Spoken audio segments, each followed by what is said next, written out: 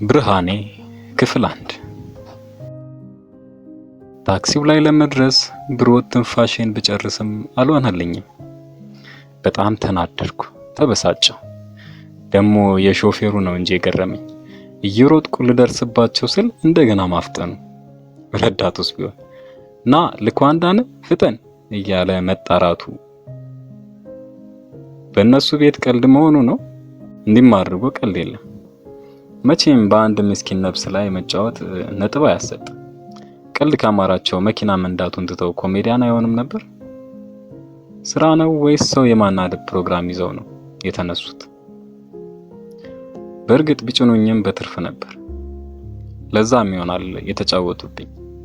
እጭ አሁን ስለነሱ ያን ያክል ይዞ ማኘክ ምን ያደርግልኛል? ይልቅ ሌላ ታክሲ ከመጣ ገራባጥ።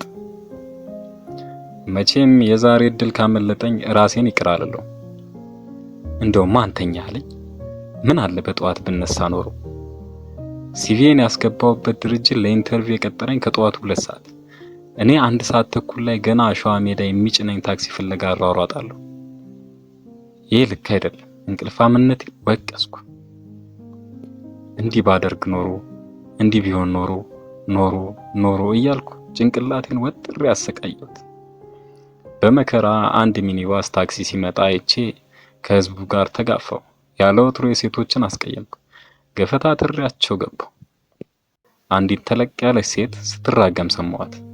ሲያስጠላ! የሚገፋ ነገር ይግፋ። አሁን አንተም ወንድ ነህ? ያሽቀንጥር መሃይም። መኪናው ተንቀሳቅሶ ከእርግማኗ አስክርቅ ተሳቅቄ ሰማዋት። ረዳቱ በሩን ሲዘጋው ድምጿም ጋብ አለልኝ። እሷም እንደቸገራት እኔስ ምን እንደቸገረኝ ማን ያውቃል?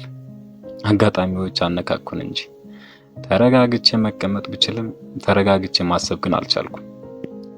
ህይወት ግን መቼ ነው ለኔ የምትቀለኝ? ገና ስወለድ እናቴ በወሊድ ምክንያት ከዓለም መለየቷን ሰምቻለሁ። አባቴ ለብቸኛዋ አያቴ አደራ ሰጥቶኝ እንደወጣ ቀረ። ቀጥላ አያቴም ወጥቶ ስለቀረ ልጇ እንዳነባች ከዓለም ተለየች። በቃ ብቻዬን ቀረሁ። ግን ብቻውን እንደቀረ ታዳጊ ጎዳና ላይ ሳልወጣ ከአያቴ ጎረቤቶች ጋር እየተጠጋው የጀመርኩትን ትምህርት ጨረስኩ።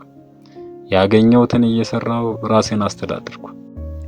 ከቤተሰብ ጋር ከሚኖሩ ወጣቶች በተሻለ ውጤት ያለኝ ተማሪ ሆኜ አሳልፌያለሁ። በከፍተኛ ውጤትም ተመረኩ። ከፍተኛ የትምህርት ተቋም ውስጥ እያለሁ የነበረኝ ጉጉት ልዩ ነበር። በቃ ከግቢ ስወጣ ስለሚኖረኝ ስራ፣ ስለሚኖረኝ ቤተሰብ፣ ቤት፣ መኪና፣ ሚስት፣ ልጆች፣ ኧረ ስንቱ። ግን ህልሜ ህልም ሆኖ ከቀረብኝ 2 ዓመታት አለፉ። ተምሬ ታግዬ ራሴን ማኖር አቃተኝ። የአያቴ ጎረቤቶችም ሰለቹኝ መሰል፣ ግልምጫቸው በዛ። በቃ ከነሱም ራኩ። ከተወለድኩበት ከቀጨኔ መድኃኔዓለም አካባቢ ዳግም ተመልሼ ላልመጣ ምዬ ርቄ ሄድኩ። በየቦታው ባከንኩ። ይህ ክፉ ዕድሌ አንድ ተምሮ እንዳልተማረ አደረገኝ። ሸክም ሰራው፣ የቀን ስራ ሰራው። ገና በ24 ዓመቴ ጉልበቴ ሞራሌ ፍስስ አለ። ዛሬም በተማርኩበት ስራ ለማግኘት ሲቪዬን አስገብቻለሁ። ግን ይህ ክፉ ዕድሌ ኢንተርቪው በማድረግበት ቀን በእንቅልፍ አዳከመኝ። ሲቪዬን ወደ አስገባውበት መስሪያ ቤት ስደርስ 3 ሰዓት ነበር። እንደው ልሞክር ብዬ እንጂ ቀድሜ መሸነፌን አውቄው ነበር። ወደ ውስጥ ስዘልቅ ይቅርታ ተባልኩ። ኢንተርቪው ሰዓቱ 2 ሰዓት ተኩል ላይ አልቋል። የተወጣጠረችው ልብ የተነፈሰች፣ አሞቴ ፈሰሰ። የሮጠው እግሬ፣ የሮጠው ልቤ፣ የሮጠው ጭንቅላቴ ልፍስፍስ ሲል ተሰማኝ። ሩጬ ከገባውበት መስሪያ ቤት እየተጎተትኩ ወጣሁ። ጉልበቴ እንደ አዛውንት ተሳበ። ዳግም ጓደኛዬ የተከራያት ክፍል የደባልነት ኑሮዬን አሜን ብዬ ተቀብዬ ለመኖር ከሜክሲኮ አውቶቢስ ተራ፣ ከአውቶቢስ ተራ አሸዋ ሜዳ ተሳፍሬ ሄድኩ። በሞቅታ የወጣው እግሬ ተልፈስፍሶ ቤት ገባው። አስጠግቶኝ የሚኖረው ጓደኛዬ የሚሸጣቸው ጫማዎችን ይዞ ወጥቷል። እሱ ብዙ አልተማረም፣ ከ8 ነው ያቋረጠው። ተቀጥሮ ለመስራት የሚያበቃ ትምህርት የለውም። ቢኖረውም የሚፈልግ አይነት ሰው አይደለም። የሁል ጊዜ ሐሳቡ ነጋዴ መሆን ብቻ ነው። በእኔ ሁሌም እንደሳቀ ነው።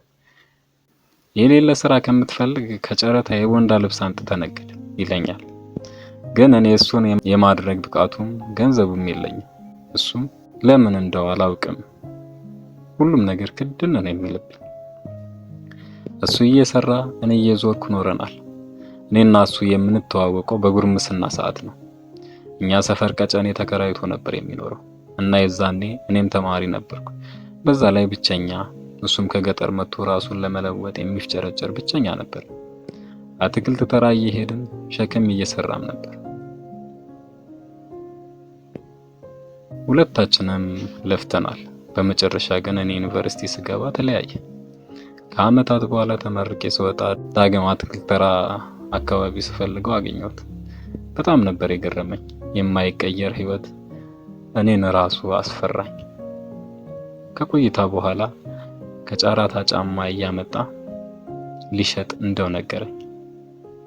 በሐሳብ ደገፍኩት። ጀመረው። ጥሩ ሆነለት። በወቅቱ ለኔ ጥሩ ስሜት ስለነበረው አሸዋ ሜዳ አካባቢ ቤት ተከራይቶ እንደሚገባ ነገረኝ። እኔም የአያቴ ጎረቤት ጋር መኖር ከብዶኝ ነበር። ግልምጫም ጀማምረው ከቤት ወጥቼ ታክሲ ረዳትነት እየሰራው አዲስ ከተግባባቸው የሥራ ባልደረቦች ቤት እየተንከራተትኩ ስለነበረ እና ከኔ ጋር ሲለኝ ጓደኛዬ አብዲን ተከተልኩት። ጥሩ ልጅ ነው። አንድም ቀን ሸክም ሆኜበት ተናግሮኝ አያውቅም። ብቻ እንድሰራ ምክር ከመለገስ ውጪ ማታ ማታ ዳቦ ገዝቶ እንደ አባት ይዞ ይመጣል። ተቃምሰን እናድራለን። አንዳንዴም ብዙ ለመብላት እሳሳለሁ። እሱም የበደልኩት ይመስለኛል። እጨነቃለሁ። በእርግጥ በጠዋት ባይሆንም የሚሰራበት ቦታ እየሄድኩ ላግዘው ሞክራለሁ። የታክሲ ረዳት ሆኜ መስራቴን ያቆምኩት አንድ ሌሊት ወጥቼ የብርድ በሽታ ይዞ ካንፈራፈረኝ በኋላ ነው። አብዲ ደግሞ ልክ እንደ ወንድም የተማርክ ወጣት ነህ፣ የተሻለ ነገር ይገባል ሲለኝ ትቼው ነበር። ዛሬ ግን በጣም ነው የተከፋሁት። ከዚህ ሁሉ ለጊዜውም ቢሆን ተኝቼ ከምበላ ረዳትነቱን ለመስራት መወሰን ያለብኝ ደረጃ ላይ ደርሻለሁ። ይህ ክፉ ዕድል የሚያመጣብኝን ጥላ ማባረር ካልቻልኩ ምን ማድረግ እችላለሁ? ቀኑን ሙሉ ተኝቼ ሳስብ ነበር። ከምሽቱ 3 አካባቢ አብዲ ሲመጣ ነው የተነሳሁት። ሲያየኝ ያዘነ መሰለ። ሳልነግረው እንዳልተሳካልኝ አወቀ። የተሸከመውን ጥቂት ጫማ ወለሉ ላይ አሳረፈና ከጎኔ ዘጭ ብሎ ተቀመጠ። በጣም እንደደከመው ያስታውቃል። አሳዘነኝ። ቀኑ ሙሉ እየደከመ ስንት ዓመታት አሳለፈ። ነገር ግን ምንም ነገር ፈቀቅ ማድረግ አልቻለም። እኔም ተጨማሪ ዕዳ ሆኜበት ተኝቼ እጠብቀዋለሁ። ምንድነው ግን የተጫነኝ? እንዲህ ድህነት፣ ችግር ሰቅዞ እንዲይዘኝ ራሴ ላይ ፈርጄ ነው ወይስ ተፈርዶብኝ? ፍራውል። አቤት አልኩት። ጎሮሮ የመድረቁን ያወቅኩት ያኔ ነው። ምን ነው በጣም ደብረዋል አለኝ አዘን ብሎ። ትንሽ ማለት የስራው ጉዳይ አልተሳካም አልኩት፣ ዝርዝር ሁኔታውን እንዳይጠይቀኝ እየጸለይኩ። ምክንያቱም በገዛ ስንፍና የስራውን እንዳመለጠኝ አውቃለሁ እና አርፍጄ ሄጄ ያመለጠኝ ማለት ተገቢ ነው አይደለም። ድክመቴን ልነግረው አቃተኝ። አብዲ ፈገግ ብሎ ተሸክሞት የመጣውን ኩርቱ ፌስታል በመከፋፈት ከውስጡ በሌላ አነስተኛ ፌስታል የተቋጠረ ዳቦና ወተት፣ ሙዝ በማውጣት ሳህን አምጥቶ እየዘረጋጋ፣ ፍሬ ስራ ፈልገ ስታጣ የመጀመሪያ አስመሰልከው እኮ። በቃ ዘና በል፣ ሲሳካ ይሳካል፣ ካልሆነ ከኔ ጋር ጫማ መሸጥ ትጀምራለህ። አንድ መደብ ተከራይቻለሁ ኮልፌ ታይዋን አካባቢ፣ አብረን እንሰራለን እሺ አለኝ። ከምርህን ነው? መደብ ተከራየ አልኩት። አዎ ለውጥ ያስፈልጋል። ቀን ቀን ታይዋን እሰራለሁ፣ ማታ ማታ ልኳንዳ አካባቢ እሰራለሁ ብያለሁ ብሎ በተስፋ የታጀበ ፈገግታውን አሳየኝ። ተስፋና ትዕግስቱን፣ ጽናቱን ልክ እንደሱ እንዲያድለኝ ተመኘው። ደስ ይላል። ጥሩ አድርጋል። በነገራችን ላይ ከነገ ጀምሮ እኔም የታክሲ ረዳትነት ለመስራት ተዘጋጅቻለሁ አልኩት።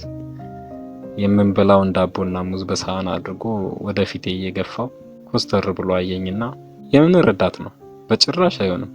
ለምንድነው ሁሌ እንደሱ አይነት ስራ ብቻ የሚታይ? የተሻለ ነገር አታስብም እንዴ? ከዚህ በፊት እንደዛ የታመምከው ተረስቶ ነው? በልበል፣ እኔ አልሰማም። ወላሂ ደስ አይልም። በቃ ከኔ ጋር ትሰራለህ፣ አለቀ አለኝ ኮስተር እንዳለ። አይደለም እኮ አብዲ፣ አሁን ቆርጫለሁ። በራሴ መንገድ ሄጄ ነገሮችን ለመቀየር መፍጨርጨር አለብኝ። ያንተ ስራ ያንተ ነው። በሁሉ ነገር ደባል ልሆንብህ አይገባም አልኩት። አብዲ ዝም ብሎ ሲያየኝ ቆይቶ እንዴት እንደዛ ታስባለህ? አንተ እኮ ልክ እንደ ወንድሜ ነህ። አብረኸኝ ስለሆንክ ከፍቶኝ አያውቅም አለኝ በቅሬታ። እኔም እኮ እንደ ወንድሜ ነው የማይ። ግን አብዲ ወንድሜን ሰርቼ እንደሱ ጠንክሬ ማሳየት አለብኝ። እሺ በለኝ፣ በሌላ መልኩ አትይብኝ፣ በራሴ ልንቀሳቀስ አልኩት። ከብዙ መነጋገር በኋላ ሐሳቤን ተቀበለው።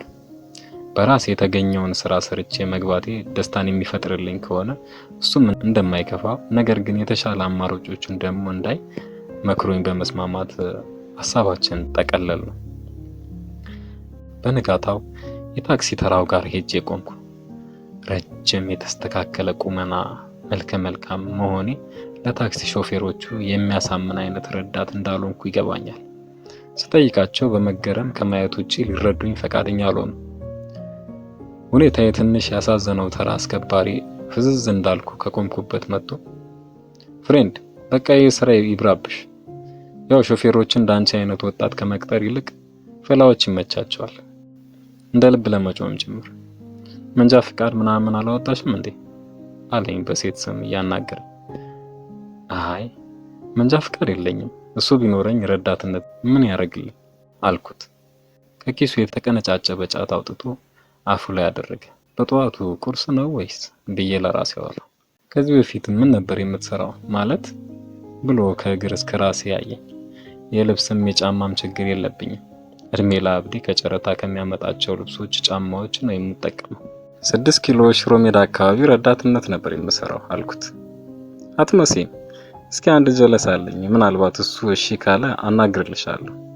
ጥቅም ያለሽ አለኝ። አይ በጠዋት አላስለመድኩም አልኩት። ጫት የደረሰበት ደርሼም አላውቅም። በእርግጥ ያው ለመንቃት ብዬ እንጂ ተገቢ እንዳልሆነ አውቃለሁ። ይመችሽ በቃ ፍሬንድ፣ ስልክሽን ስጭኝና ከተገኘ አልወልሻለሁ አለ። እሺ አመሰግናለሁ ብዬው ስልኬን ሰጥቼ ሄድኩ። ወደ ቤት በተስፋ መቁረጥ አይነት ስሜት ተከብቤ ነበር። አንተ እድለቢስ፣ አንተ መልክ ብቻ፣ ቁመና ብቻ፣ ተምሮ መና፣ ለፍቶ መና፣ ቤተሰብን የገፋ የነካ ሁሉ የሚበላሽ፣ የቀረብከው የሚርቅብህ ከንቱ እያልኩ ራሴን እየረገምኩ ገብቼ ፍራሼ ላይ ተኝቼ አለቀስኩ። ይህም ስራ ሆኖ አጣ። ብስጭቴ ጨመረ። ራስህን አጥፋ የሚል ሴጣን ሹክ አለኝ።